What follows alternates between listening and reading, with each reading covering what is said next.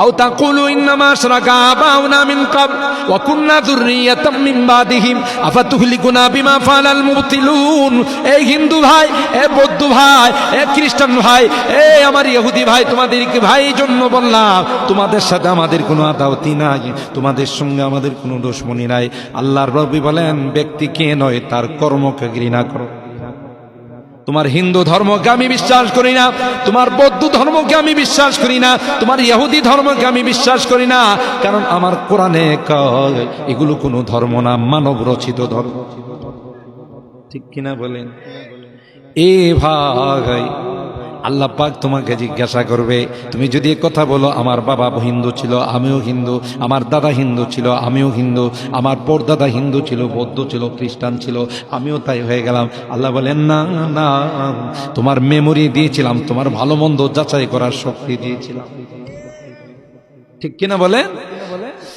আল্লাহ পাকই কথা বলে আমাদেরকে ছেড়ে দিলেন 2 নম্বর জগৎ। সুবহানাল্লাহ, জুড়ে বলেন। কষ্ট বেশি হইতেছে আপনাদের? 10:30 ইনশাআল্লাহ চলবে তো? ইনশাআল্লাহ আল্লাহ কবুল করেন, আমিন বলেন। আমার ভাইরা, আল্লাহ পাক 2 নম্বর জগৎ আলামুল আরহাম, মার পেটের জগতে পাঠাইছেন কে? আর একটু জোরে বলতে হবে কে? সুতরাং পাঠানোর সময় তো আল্লাহ স্মরণ ছিল আমাদেরকে মার পেটে পাঠাইছেন, কিন্তু আসার সময় বুধো আল্লাহ অফিসিয়াল কাজে ব্যস্ত ছিলেন। তাইলে সিজার লাগে কেন? এই তো পেছে পড়ছে।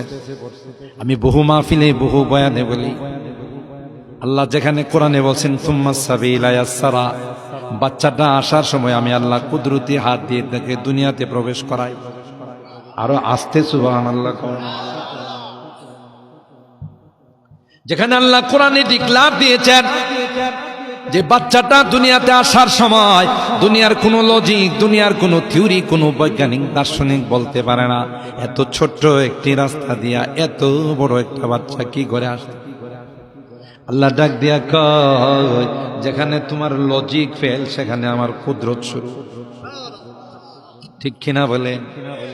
বলুন তো দিকে, একটা মাকড়সা পৃথিবীর কোথাও না খায়া মারা গেছে কোনো ইলেকট্রনিক মিডিয়ায় অথবা কোনো প্রিন্টিং মিডিয়ায়, কোনো খবরের কাগজে কোনোদিন পাইছে যে ব্রাহ্মণবাড়িয়ার খোলাপাড়া এলাকার বেশ কিছু মাকড় না খায়া মারা গেছে, তাদের সলিল সমাধি হয়েছে? কথা কন। বরং আল্লাহ মাকড়সারে বলছে, তুই গরিব দুর্বল প্রাণী, তোর বিল্ডিং করার ক্ষমতা নাই, রডের দাম যেভাবে বাড়ছে, ইটের দাম যেভাবে বাড়ছে, সিমেন্টের দাম যেভাবে বাড়ছে, তুই তো বাজারে যাইতেই পারবে না।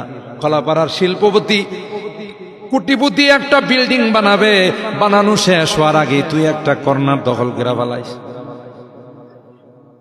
কথা কয় না? দেখবেন আপনার এখনো রং টং কিছুই করা হয় না, একটা কোনা কিন্তু দখল করে বয়ে রয়েছে। ঠিক বলছি? আপনাদের খোলাপাড়ার মাকড়সা বোধহয় এরকম করে না। ওরে বাবার, এই সুন্দর করে একটা ঘর বানাইছে, জাল বুনছে, মাঝখানে আবার তার সিংহাসন বানাইছে। জোরে বলুন ঠিক কিনা?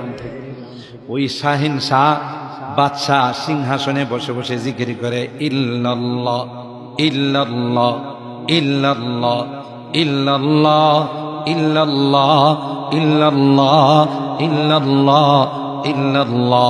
দেখবেন মাথা নাড়ায়। আমি নিজে দেখছি মাকড়সা। কথা কন ঠিক কিনা? কয়েকদিন আগে নেটে দেখলাম একটা কবুতর মাথা ঝুঁকাইয়া মালিকের সিজদা দে, আর পৃথিবীর আশরাফুল মাখলুকাতকে জানাই, এ আশরাফুল মাখলুকাত, সৃষ্টির সারা জাতি হইয়া তোরা আমার মালিকের সিজদা করিস না? আমি একটা ক্ষুদ্র প্রাণী কবুতর হইয়া আমার মালিকের সিজদা করি।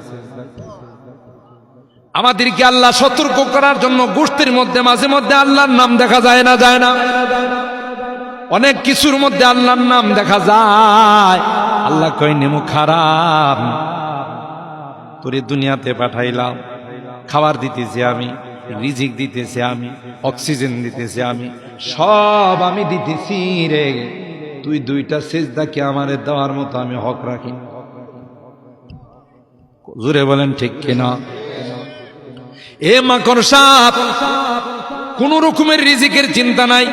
সকালবেলা ওইটা ব্রাহ্মণবাড়িয়াতে ব্যবসা বাণিজ্য করার জন্য যায় না, জমি জামাতে যায় না, নদীতে মাছ ধরার জন্য যায় না, কিন্তু কোনোদিন কি না খায়া মারা গেছে সময় মতো ঠিকই আল্লাহ আর খোরাক কিন্তু তার জালের মধ্যে আটকাই দেয়।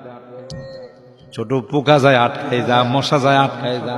আল্লাহ মাকড়সারে ডাক দিয়া কই মিয়া জিকির বন্ধ করো, আগে খাও।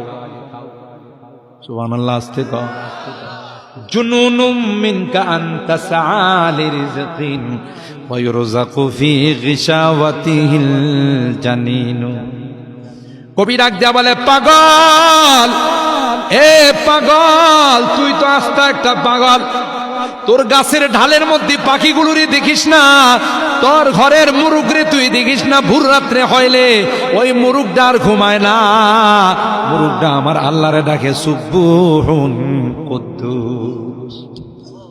মুরুগ বাগ দেয় না, আল্লাহ কগ ওই মুরুগটা তো আমারে বলে সুবহুন কুদ্দুস। এরে তোর গাছের ঢালের পাখিরা সকালবেলা হলে কিচির মিচিরি করে, তুই তো মনে করছিস এটা কিচির মিচির করে। না না না, আল্লাহ ডাক দিয়া কয় পাখিরা একটু পরে খাবারের জন্য বের হবে, পাখিরা একটু পরে আধারের জন্য বের হবে।